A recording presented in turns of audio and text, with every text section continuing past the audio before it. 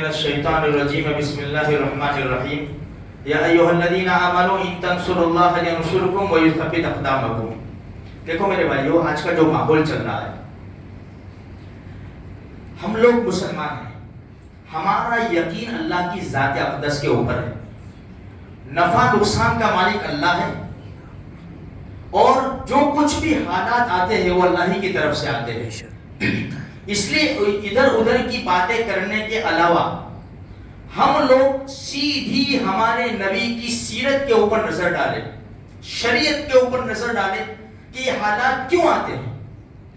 جب یہ حالات آئے تو کیا کرنا چاہیے؟ دیکھو سمپل، سب سے پہلی جنگ بدر ہے، سن ہجری 2.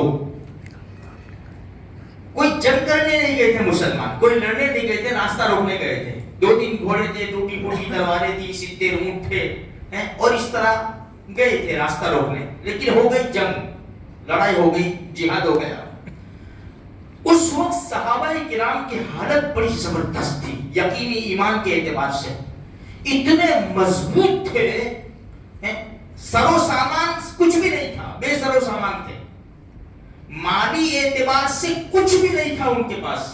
جو تلواریں تھی نا اس کے اوپر قطرن لپٹی ہوئی تھی، ایسے حالات تھے. 313 تھے، لیکن اللہ کی ذات کے اوپر یقین بڑا زبردست ہے. اور اللہ کے رسول صلی اللہ علیہ وسلم سے کیا کہا؟ یہ کبھی بھی نہیں ہو سکتا کہ ہم آپ کو چھوڑ دیں، پہلے ہماری جانیں جائے گی، پھر اس کے بعد جو کچھ ہوگا ہوگا. پہلے اللہ کے رسول، اللہ اور اللہ کے رسول. نتیجہ کیا ہوا؟ اللہ پاک نے مسلمانوں کو غلبہ دیا. اچھا، دوسرے سال غزوہ احد سن ہجری 3 میں کتنا بڑا نقصان ہوا؟ 70 صحابہ.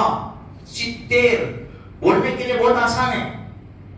ایک صحابی رضی اللہ تعالیٰ عنہ اتنا اونچا مرتبہ رکھتے ہیں کہ دنیا کے سارے اولیاء کرام، تابعین، تبع تابعین، بزرگان دین، سب کا مرتبہ ایک طرف اور ایک صحابی کا مرتبہ ایک طرف. اتنا بڑا مرتبہ صحابی رضی اللہ کے رسول کے بعد صحابہ کرام، صحابہ کے بعد تابعین، تبع تابعین، درجہ بدرجہ. 70 صحابہ شہید ہو گئے، اور سب سے دردناک شہادت حضرت حمزہ رضی اللہ تعالیٰ عنہ کی ہوئی. کیا ہوا؟ دشمنوں نے سینہ چاک کر کے کلیجہ چبانے کی کوشش کر لی، ناک کان کاٹ لیے. ہمارے نبی کو بہت بڑا غم لگا تھا. اچھا، یہ کیسے ہو گیا؟ دیکھو، اللہ کے رسول کے جو صحابہ تھے نا، وہ نافرمانی نہیں کرتے تھے ہمارے نبی کی. ان کی زبان سے کبھی لا نہیں نکلا. لا یعنی نہیں، یہ نہیں ہو سکتا، یہ نہیں نکلا. اگر کلمے میں لا الہ الا اللہ نہ ہوتا نا تو ان کی زبان پہ لا آتا ہی نہیں. کبھی بھی لا ان کی زبان سے نہیں نکلا کہ نہیں، بس ہمیشہ ہاں، لبیک لبیک لبیک، بس ہمیشہ. اچھا، تو صحابہ کرام کی نافرمانی نہیں ہوئی، ایک بھول ہو گئی، بھول، سمجھ پھیر، مس انڈرسٹینڈنگ. اللہ کے رسول نے جب احد کا میدان کا معائنہ کیا، ایک پہاڑی نظر آئی. اللہ کے رسول کیونکہ نبی بڑی زبردست ہستی، صحابہ کرام کی ترتیب دی تو 50 صحابہ کرام کو وہاں کھڑا کر دیا. مشہور واقعہ ہے، مشہور ہے. 50 کو وہاں کر دیا. اللہ کے رسول نے کہا کیا؟ یہاں سمجھ پھیر ہو گئی صحابہ کرام. ہمارے نبی نے فرمایا، تم دیکھو کہ ہم جیت جا رہے یا ہار کھا رہے، تمہیں وہاں سے نہیں ہٹنا.